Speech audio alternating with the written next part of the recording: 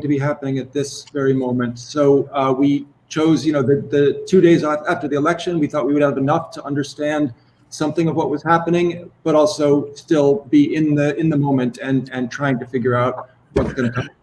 Obviously, we still don't know exactly what's going to happen. I think we have a good idea that, that the election is going to go our way, but maybe it'll be called while we're on the air right now. What we also know, and I think is important to think about, is we know that that it was very close, and that means we have to reckon with what that means for us and for our country. So I'm really glad that we get to have this conversation with these writers right now, because I think it's an important conversation to have. I'm going to introduce a few people, and then we'll get started. It's going to be quick bios. First of all, I want to introduce my partner, Rachel DeWoskin, who is a novelist and a poet and a nonfiction writer and a professor of creative writing at University of Chicago. I want to introduce two of my colleagues, Thomas Bradshaw, who's a playwright, a screenwriter, a television writer, and a professor at Northwestern, and Özge Samanci, who's a graphic novelist, a writer, an interactive media practitioner, and an all-around brilliant person. We also have with us the irreverent erudite poets and UChicago profs of poetry, Suzanne Buffam and Srikanth Reddy, and the brilliant, inimitable novelist, essayist, short story writer, and UChicago professor, Mitchell Jackson.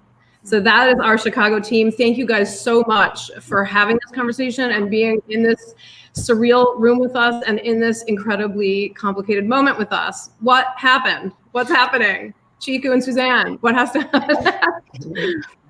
Well, maybe to ease into that question, I'll just begin by saying the reason Suzanne and I are in the same room is because we're also a couple, and we're from Chicago.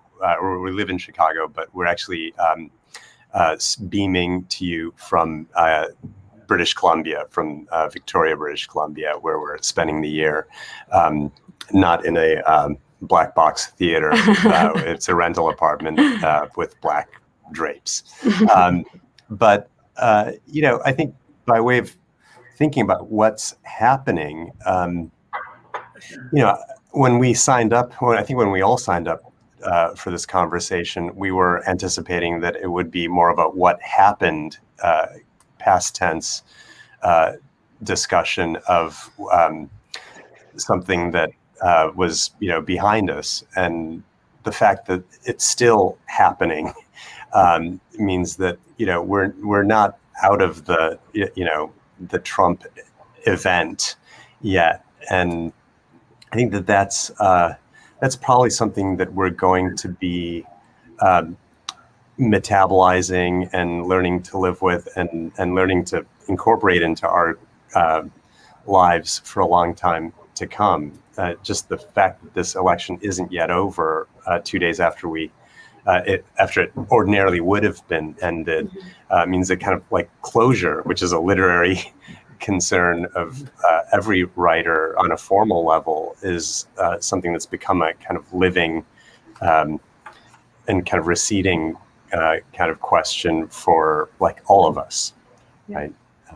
Yeah, I mean, and I would add that even if it had been over insofar as we knew the outcome, it still would never have been, it's a long way from over. And I do feel like the kind of moral failure that the closeness of this race is an index of is, a sign of, I guess I'd been hoping for a larger repudiation of the moral atrocities of the prior, let's hope, administration. But that's going to, I think, continue to, be at the crux of the future, is the closeness of that. I can't believe how close it is.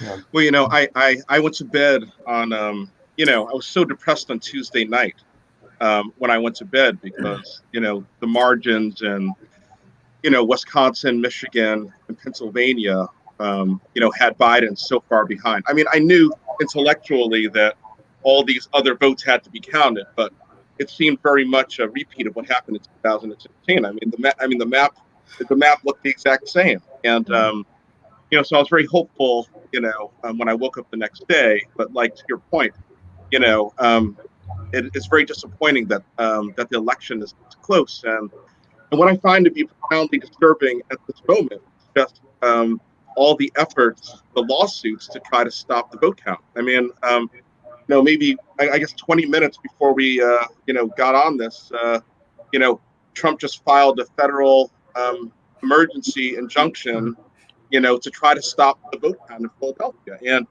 it seems laughable, but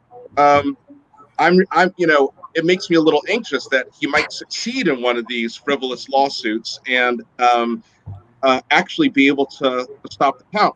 I was, watching CNN last night. So I was like, why is he filing all these lawsuits that are so clearly ridiculous? And this one Republican lawyer said that the goal is to, slow the countdown, slow things down so that they can't certify the vote.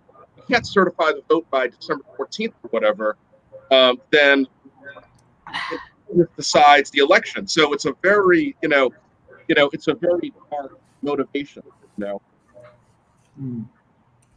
Yeah.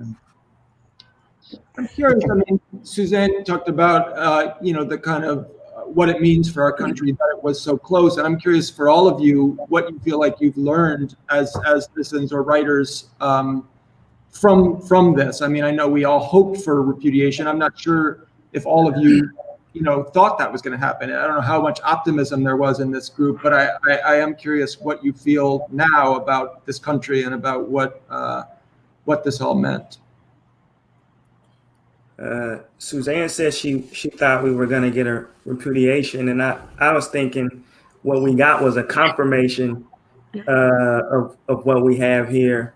And I think one thing that seems different, I guess, maybe since probably prior to the civil rights movement, is like, to me, all of the legitimate reasons other than white supremacy for voting for Trump have been removed. Like, the economy is failing, there's COVID, we know that he's a misogynist, we know that he doesn't care about the military, like all the other reasons that other racists would kind of use as a shield for their racism have been removed. So it's like he's like a bald-faced racist. Yeah. And 45% of the country said he's our guy. Yeah. Yeah. I think another part of it. For me, I'm hoping that there would be an outcome that we can relax and move on with our lives. But regardless of Biden or Trump wins the election, there is no such outcome. Even if Biden wins the election, right, it means that we all have to work even harder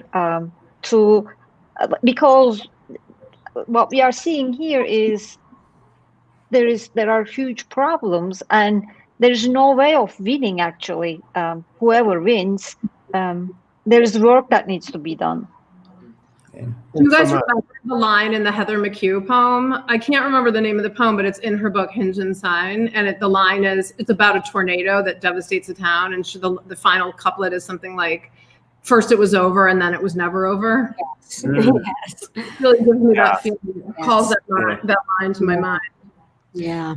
Well, so I think there's two ways, just from a writerly perspective, that this kind of fraught, kind of unstable moment brings to mind. One is, and they both have to do with narrative and narratives, right? A friend of mine said, before the election night, said, have you thought through what your life will be like and what you will do if things go the way that you want them to go, and if they go the other way? And, I had a pretty clear fantasy narrative of what my life would be like if, things were decided in a landslide on Tuesday, but I couldn't even bring myself to imagine a narrative of what my role as a protagonist in a narrative would be if, things went sideways really badly.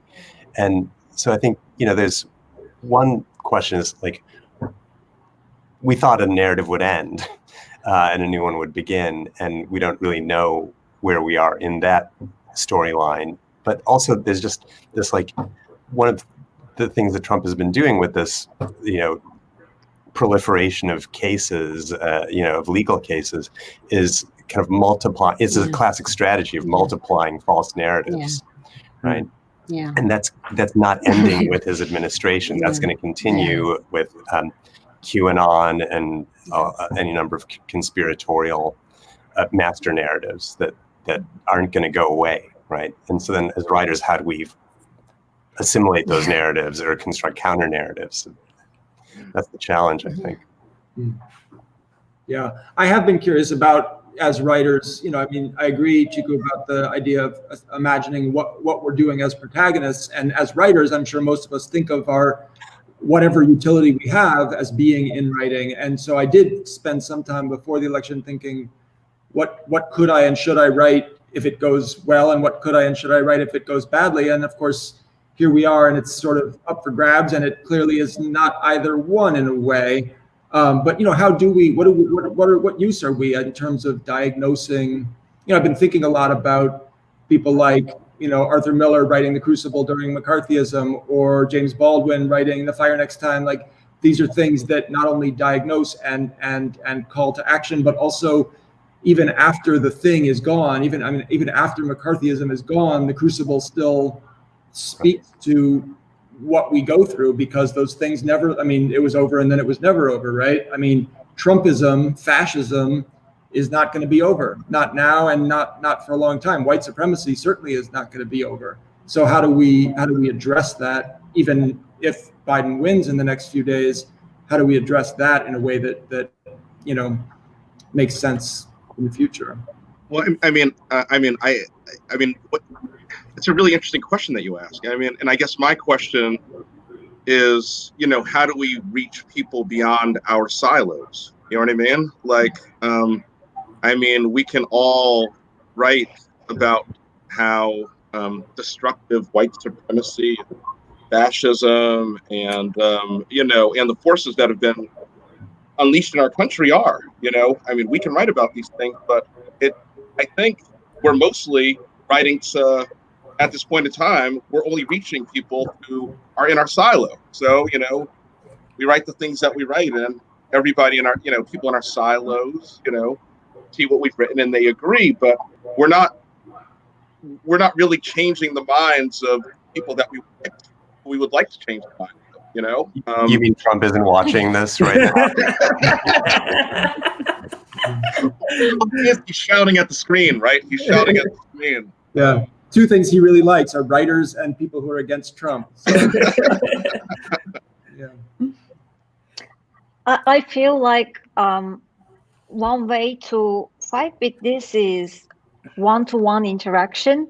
So when I look at those red states and I click on the map and zoom in to that state, and I see some blue parts in that state, and those are the parts where the universities are, where some kind of hope is happening. So it's almost like blood is not going some parts of the country. And I feel like in the ideal world, I should be interacting with people, doing workshops, teaching something, talking to people in those really red areas. But of course, it's almost a fantasy. How do I really do that? Yeah, I wonder too. I'm mad at the rappers. I think we should all go to some rap concerts and hold up some placards like, "Are you serious?" Yeah, but one of the things that really upset me was the number of percentage of Black men who voted in for him, and I was trying to wrap my mind around it, and I think if we think about the work that we can do in terms of changing narratives, I feel like it does have to be people that are in our inner circle, because ultimately racism is not logical. So we can't, how are we going to go to a racist and try to present them with a logical argument? But I do think, say, I could talk to 2 or 3 of my friends who happen to say, let's just keep an open mind about Ice Cube or 50 Cent or somebody and have a dialogue with them. When you go into the prisons, a lot of times they talk about this concept of a credible messenger, and that the guys respect you more because they feel like you guys have some kind of experience in common. And I think that's really where we're like really trying to find people who are on the fringes and hopefully do a little bit more converting. But the other thing is like, well, then how do you deal with those other people who got the, I was thinking like, what's going to happen when the MAGA hats are over? Like when that's not paraphernalia that they're wearing anymore, and you can't so easily discern who is who, but they still hold the same kind of ideologies. Like, I think some people are going to be in trouble with those kind of interactions, not to be a pessimist about things. Well, I think of what you said earlier about the stripping away of the kind of layers of justifications around why you might have voted for him. And it seems to me they've distilled into two categories. One is just blatant racism that people don't even deny in themselves. And then the second one, or maybe a better way to describe it, is to say that the one sort of remaining flimsy excuse is a financial excuse. The idea being that you support this regime because you don't want your taxes to be raised, or because, in a way, justice for people who are in positions of certain privilege, equality and justice feel like a tremendous demotion. Yeah. And so it seems to me one of the questions is about how to get a feeling of humanity that's adequate to the task of inspiring some people to make sacrifices of their own privilege toward having a quality that would benefit all of us in the long term. I don't know if our collective poems and plays and essays are quite up to the task. I mean, rap is maybe a better vehicle for conveying what's fundamentally human decency, humanity, empathy, caring about someone else's experience in the world. So another way of thinking about what Mitchell was saying about, reaching out to different kinds of communities, the rap community and incarcerated populations, is also to think about, not trying to convince people who are already convinced of what their narrative is, of what the narrative is, but rather to kind of produce new kind of reading publics, by writing for children, people whose minds haven't been made up about these questions. And that's another way to. Yeah. And by teaching and by being in conversation with students and people we meet all over the place. There's an interesting question in the chat here. Somebody asks, are racism and fear the same thing? How do we think about these, especially if we're trying to reach people?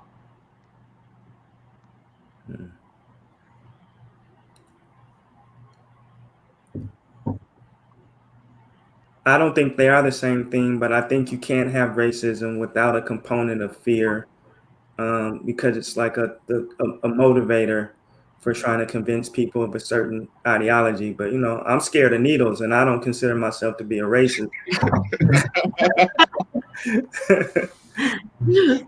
Yeah.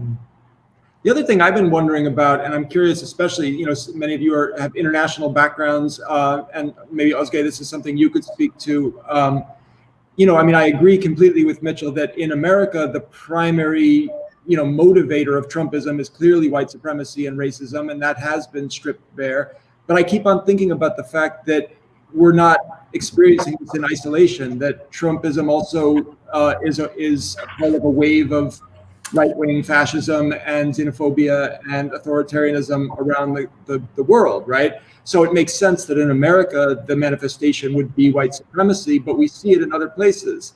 So, I wonder what we do with that. To me, that's just as scary as what we just saw in the election, that it's not something where you put this genie back in the bottle and, Europe is fine and Asia is fine and Africa is fine. In fact, we see a real global trend in these directions. So I don't know what we do with that.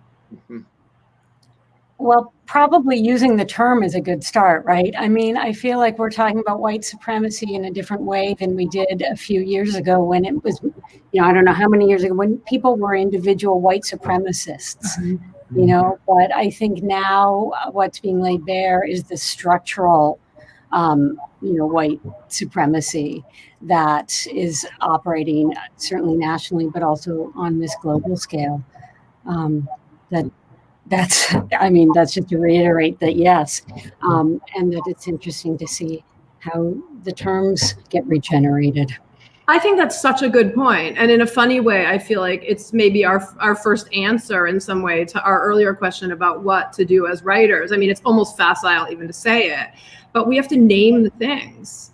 Yeah. And the ways in which words have kind of lost their meanings and are sort of floating away in the just avalanche of lies and destruction of language is something to which writers can kind of, I don't know, we can pay attention and we can try to repair some of the damage by using the language. Frankly, I mean, it reminds me of Berlin. Zayd and I went to Berlin on various research trip. And one of the things that we noticed that was such a standout quality of all of the art there and all of the memorials was the absolute refusal to avert collective eyes from the worst atrocities committed by.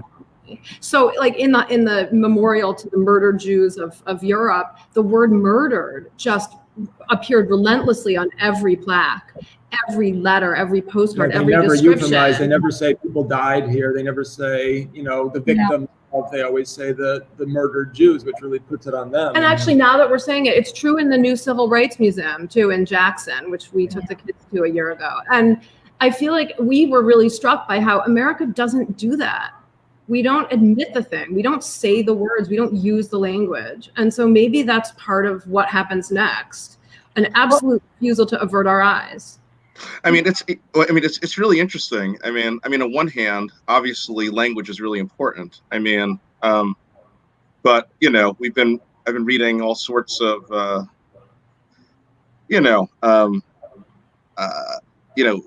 Trump supporters being asked, like, well, aren't you a racist for, supporting Trump? And they're like, well, I watch Major League Baseball and I watch basketball, and like, I'm clearly not a racist. Because black guys hate these sports, so like using the language, they're not going to hear that language and think that's me.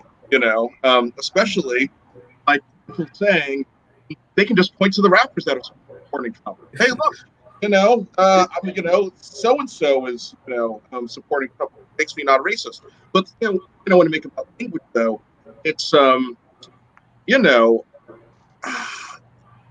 I can't help but thinking that we've been duped a little by language, in the sense that, prior to Trump, it was not acceptable to go around openly being a racist. So, and because of that, people like you, they couldn't say certain things. So they did say certain things, and it was like, oh, wait a minute, the world is getting better. Progress is being made because these things aren't being said. But we have convinced people to say the right things, but we're doing the right things. Yeah. So then Trump comes out and he's like, hey, we can be racist, we can be xenophobic, we can be sexist. And so these people are like, oh, finally, I can say what's on my mind. So, and I think, like so many liberals were shocked, by his election, because they had been listening to people saying the right things for so long, but we hadn't changed our hearts in any way. So I think it's an interesting. I think if there's a positive from his 4 years in office, that might be it. That he has attacked, language, the press in such a way that everyone feels like caretakers of the language and of a certain. Their vision of the truth. So maybe we have him to thank for that. And I was also thinking about that. I think it's a Frost essay where he was talking about being at home in the metaphor, and basically like if you're not at home in the metaphor, you can't really exist in the world. And I was thinking about how people in the humanities can decipher all these dog whistles, the law and order and all of this other language that might be harder for someone else to determine. And what Özge was saying about, the universities are where the kind of bright spots are, where people are able to kind of shuck off some of this racist rhetoric. I think that's a part of it too, is like really understanding what symbolism is, what metaphor is, what the history of a language is, what the etymology of whatever given word is, so that you can really understand what they're saying when they say, stand down and stand by, or, I feel like he has given us that where we're all peaked for that kind of rhetoric, whereas, previous presidents weren't so flagrant in a way that we had to decipher it in that way. Sorry. Oh, all the talking about the way language is being used as political speech makes me think of the Orwell essay, Politics in the English Language, which was written in 1946 and really addresses the way that people act like language is this sort of natural outgrowth, but actually is a tool that people use to, shape their purposes. Yeah. I think, and the date of publication of that essay kind of relates to what you were asking Zayd earlier about, transnational kind of resistance to, fascism. And I'd be curious to hear what your perception of that is, Özge, in the international kind of perspective. I came to the United States 17 years ago, and the year I came, Erdogan's government started, and he's still the president. And so, like, when the time he was a prime minister, when the time for prime minister duration was over, he created a position for presidency, and he managed to stay in that time. And like those dynamics that you're describing, I cannot talk for every country, but there are similar hierarchies. If it's not white supremacy, in Turkish context, it's Turkish-Kurdish division. So those dynamics in different names with different, they are not same things. They existed and they operate on that. But what like Trump, what Erdogan is achieving, what Putin is achieving, I think it's applicable to any society. Yeah, I think that's true. Almost the dynamics are archaic, like the. I think that's exactly right, and I've been curious about why now. I think for a long time, 4, 6, 8 years ago, people talked about, the Syrian refugees and the way that wave of immigration seemed to trigger a backlash in Europe. And I don't know what the equivalent thing is now here, maybe Obama's presidency or some sense of a threat to white supremacy, a threat to traditional American, whatever people felt, right? But it does strike me. I mean, you guys are talking about the moment Orwell is writing about, right? Where he's confronting fascism and authoritarianism in the Soviet Union and all these things. And here we are trying to diagnose it, and maybe 40 years from now it'll be clear looking back why this was happening, or why at this moment we were seeing a wave in countries that seemingly don't have the same political dynamics at work.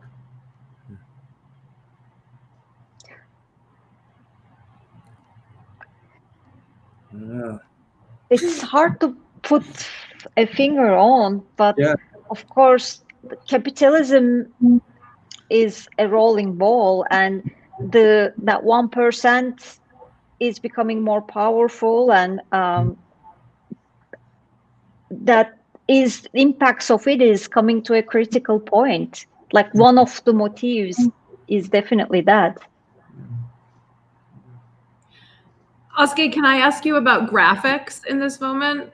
And sure. In general, I mean, we talked about language, right? And I think we talked about polite talk, euphemism, and the way we used to say things that covered the things that were actually happening under the surface, and how maybe this horrendous moment has risen some of the reality to the surface, even as the administration has tried to obfuscate it. But what about drawing? What about the graphic work that you do? Is there a distinction to be made? Like, what about drawers against Trump and graphic novelists against Trump? Like, what are you making in this moment? So, I think like the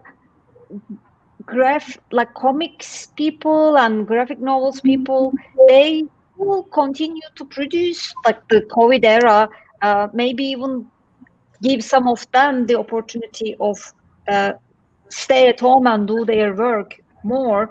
I see like increasing productivity on that. I'm creating a piece right now on more environmental issues and more friendship. It's never like directly to the current political climate, but while doing that, at the background, I think myself as not a like political activist, but then I'm feeling that I don't have that luxury anymore. Like no one has the luxury of not being politically active. So that I am feeling that. Well, writing about the environment for kids seems like a kind of activism that, you know, I got cut off when I was trying to answer your question, Zayd, about why now and what's threatening, you know, the white levers of power. And around the world, it seems like one of the things is climate collapse is really an imminent threat. So when you say in 40 years, we'll look back clearly, it'll be through smoke or a wave, you know. So I think there is a global threat. And those who have the levers of power are clutching them really hard, you know. And I mean, I think that's part of that. Yeah. No. Yes. Like capitalism and environmental crisis goes hand to hand. Yeah. There's a interesting moment we're at now where like anti-Black racism in the U.S. is being responded to globally by, you know, protests. There was a maybe a little bit underreported story about the kind of explosion of protests against the George Floyd murder in places like India, right? Small, outbreaks of activism, but meaningful ones in Nairobi and Beirut and around the world. And that's one way that the world is listening to what's happening here and starting to think more relationally about racism in the U.S., white supremacism in the U.S., and other forms of kind of authoritarianism and tyranny. Right? I want to ask a question.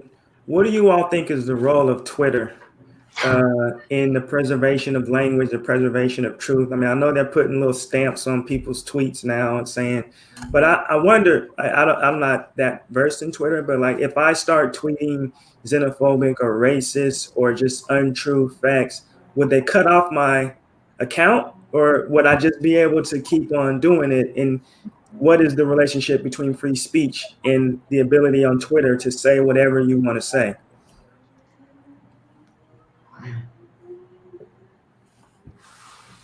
Well, if you in particular were to start tweeting, Twitter would have a real problem on their hands. Yes. I'd be jobless. I don't know. I don't use social media. Yeah, I'm not on Twitter at all, but it is interesting that they have begun to, as you say, make a note of things the president is, I mean, I know so little, but they're flagging as questionable truths, I guess.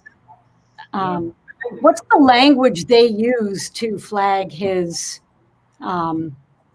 falsehoods, lies? Lately, they've been putting flags on it that say things like, this is not a verified, statement of fact about an election. This is disputed. See here for more information, stuff like that. But I mean, I think to Mitchell's question, I'm not on any social media either, but I do, I think it's obviously had a profound effect on our society, and it is a way in which language gets, viralized, becomes a sort of disease in the body politic. And I also think they haven't, I mean, to go to Özge's point about capitalism, it's very clear that Facebook and Twitter and all these places have come up with a business model that allows free speech to be a way of saying, we have no responsibility for anything we do. We will put everything out there, and if it has a destructive impact on society, that's something other people should clean up. And they've made that a wildly profitable business model. And one of the things that's wild, and I think it goes to your question, Mitchell, is they have the resources to monitor President Trump's tweets. They can have staffers 24/7 looking at his stuff,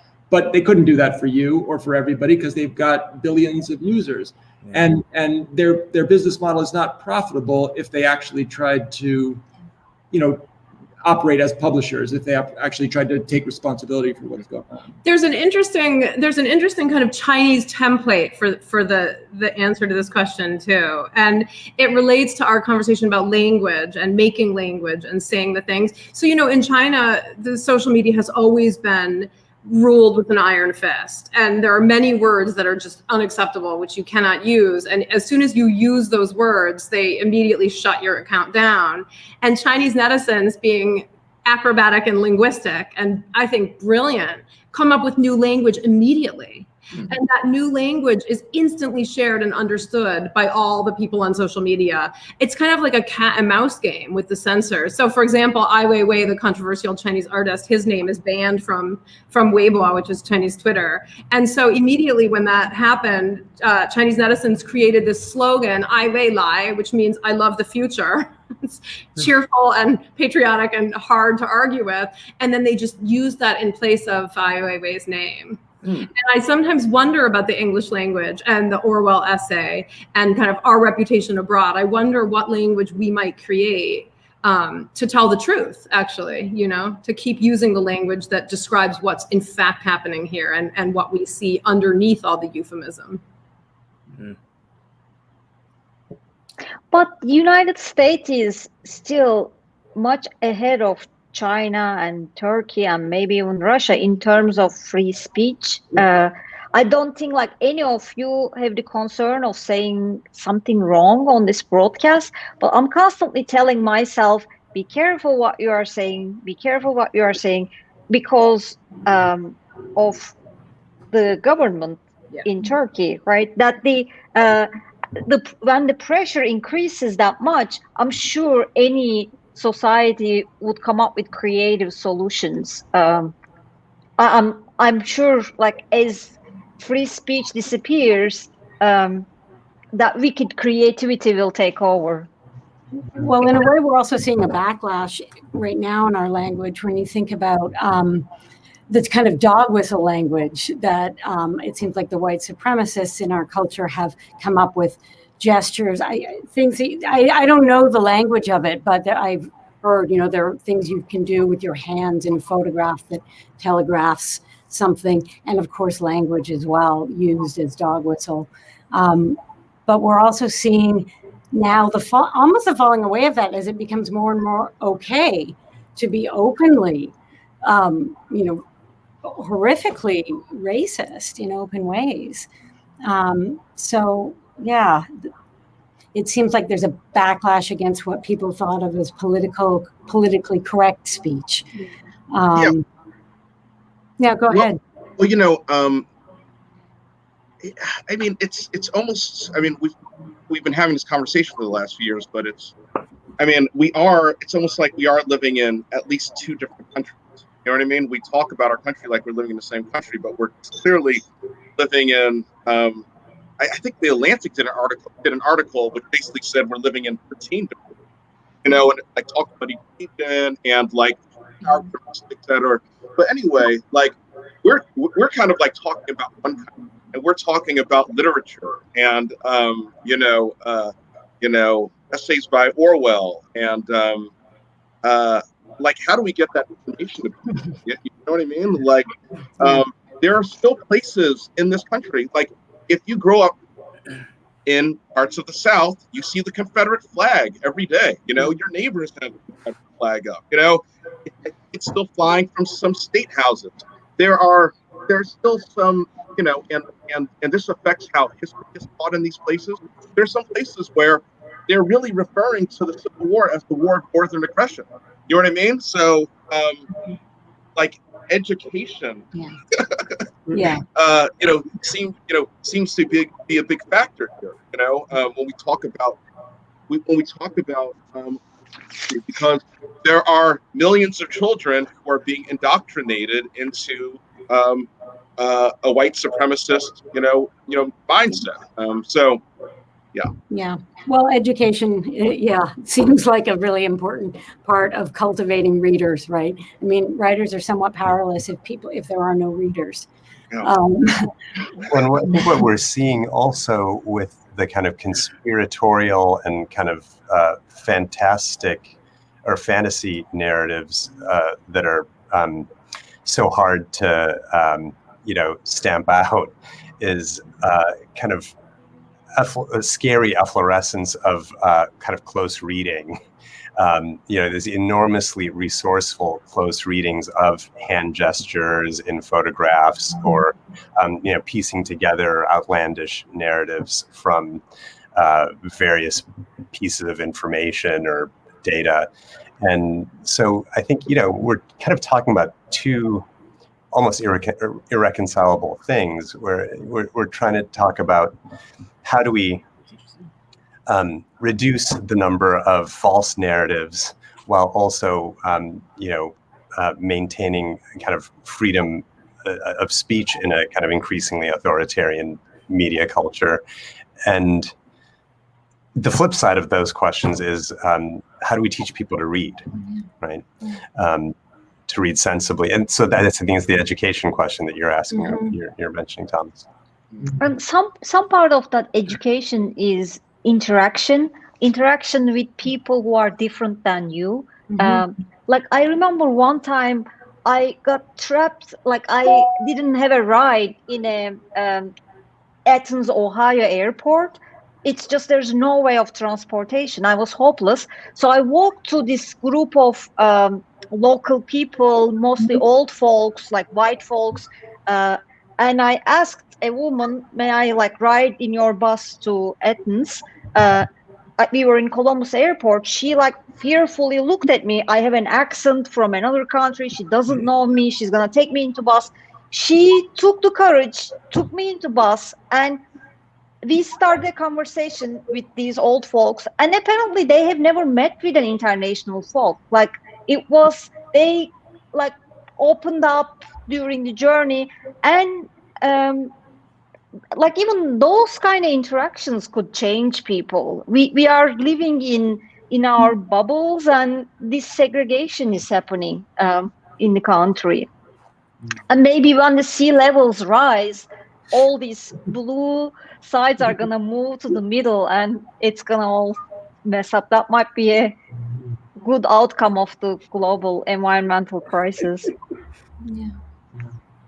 I think that's right. I think the only divide that seems as salient as the racial divide in this election is the rural-urban divide, right? And the idea that it seems like vast areas of the country that don't have as much diversity of any kind, racial, cultural, any kind of diversity, see the world in a very different way. And it seems like people in cities somehow, even white folks in cities, there's enough of some kind of interaction happening that people are able to see a broader kind of culture that's possible, or imagine an America that looks different, and they're okay with that, or many of them seem to be.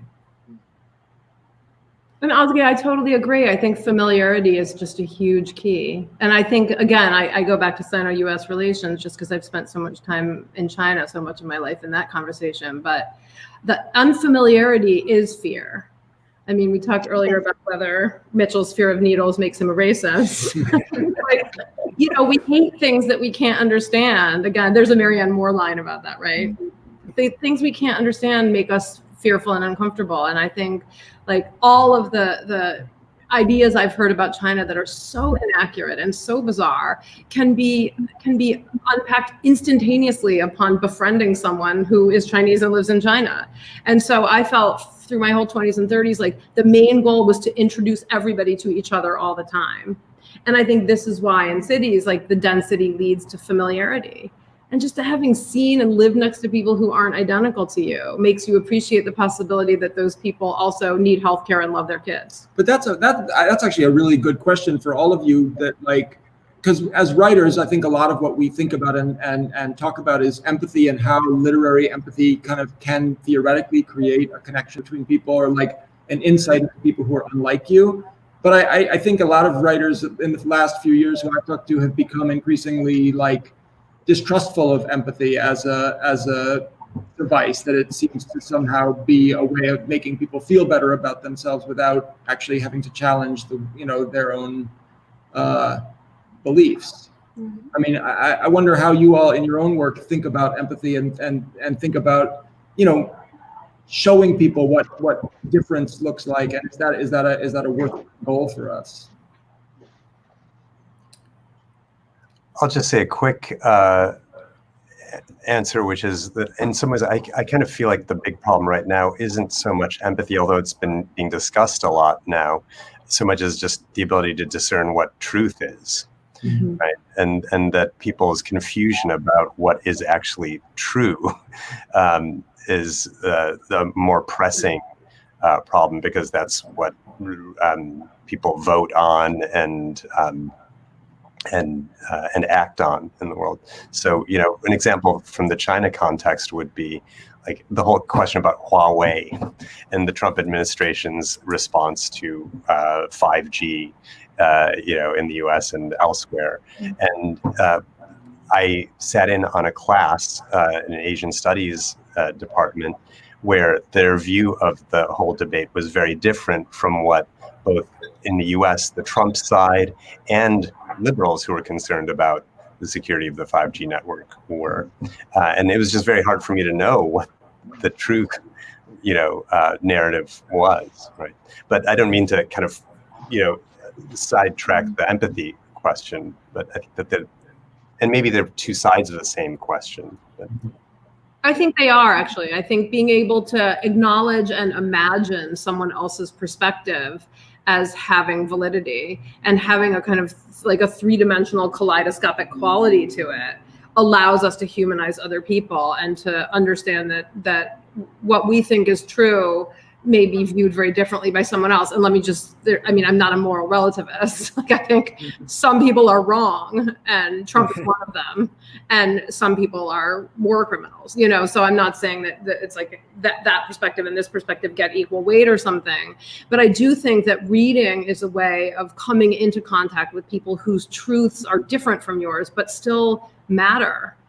And widening the kind of elasticity of your own margins, the ways that you can see the world through the perspectives of other people.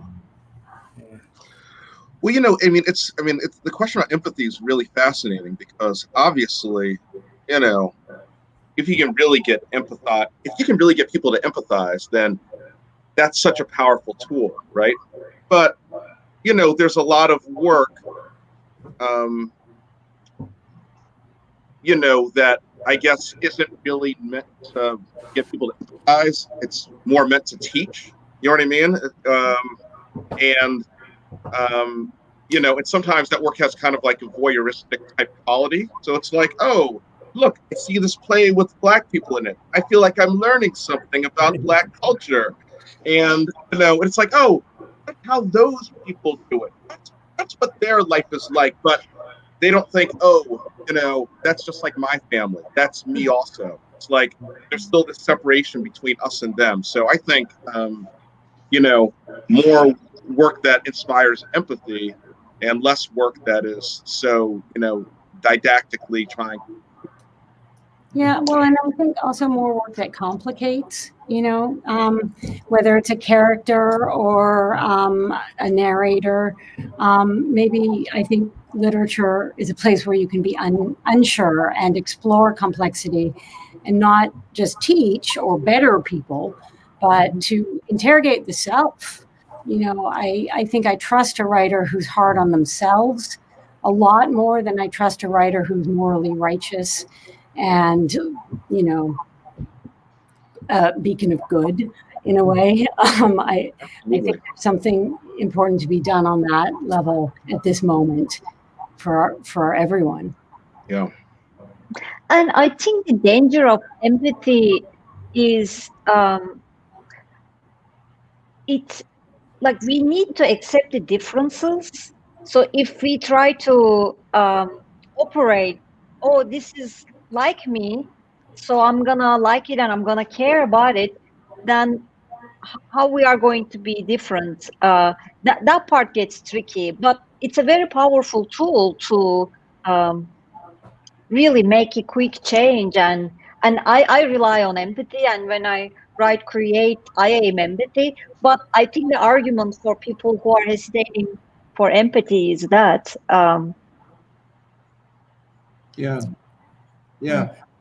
Kushner says a thing I've always found really interesting about empathy in theater, where he says, in every time an artist creates tries to make a connection to an audience member, every time you're asked to empathize as an audience member with a character, you're asking a thing that is impossible for the kind of the audience member and the character to become one, for a connection that is actually never going to work. But he says, so each time you make that leap, you miss, but there's something miraculous about the attempt to make that leap, and it's worth trying it, even though you will never totally, find that unity with another person. Just the attempt to try to kind of like almost get them, almost understand them, is sort of the whole goal of art. Yeah. We've been talking about, or back a few minutes ago, we were talking about education, and I was thinking about all the writers that we've mentioned, how we kind of group them into kind of liberal thinkers and visionaries. And then I was thinking about how one of my favorite writers probably 10 years ago was Barry Hannah. And I read Hannah and I loved his language, and that's really all I was looking for, was the language. I think he writes beautiful sentences.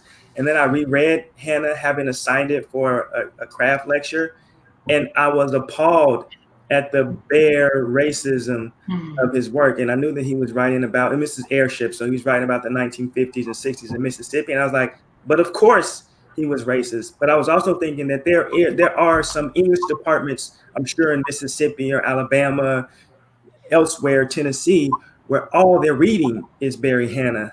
And so this idea that education is going to save us might not be the thing, because you could be indoctrinated into a whole other kind of paradigm. So I don't know what that means. No. Educators, but we got to make sure our reading lists are right. But that's the interesting thing. I mean, it's how are we educating people? It's not. It's education is not the answer. It's like, but it's that's the problem. It's like, what are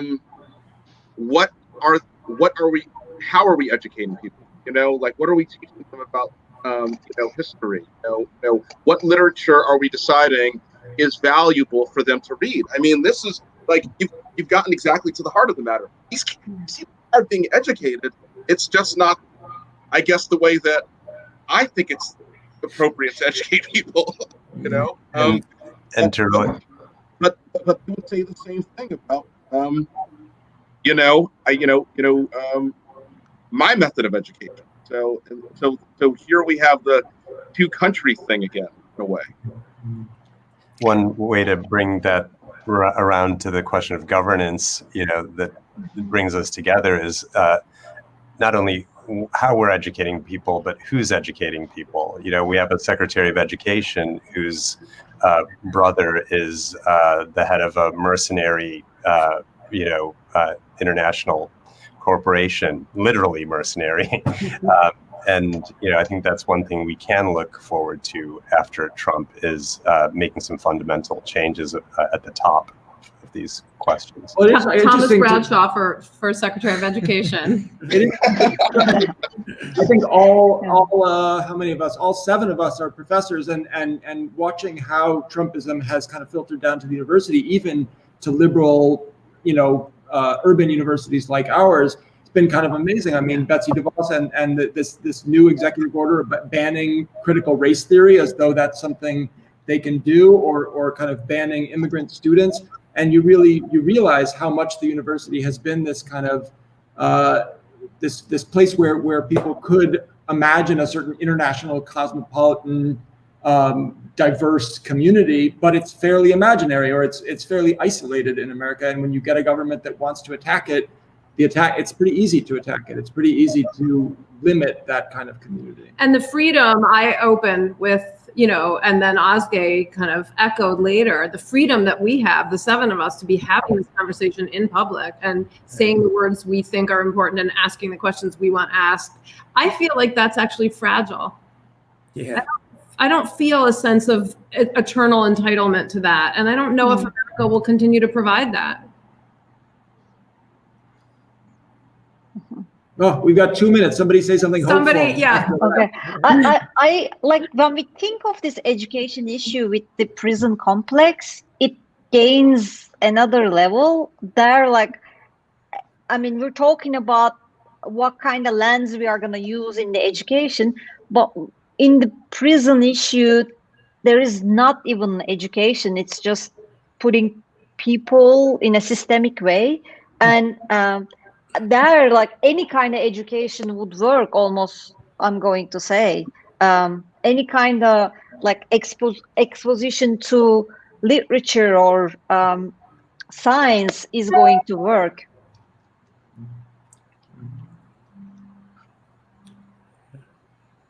I feel we've solved the problems. There's so many directions to go at this point, and 20 Now we just have to find a cure for COVID. Minutes left. And then we can do this in person here. I think as soon as we cut off, we are going to open a browser and check the election results. Right. I know.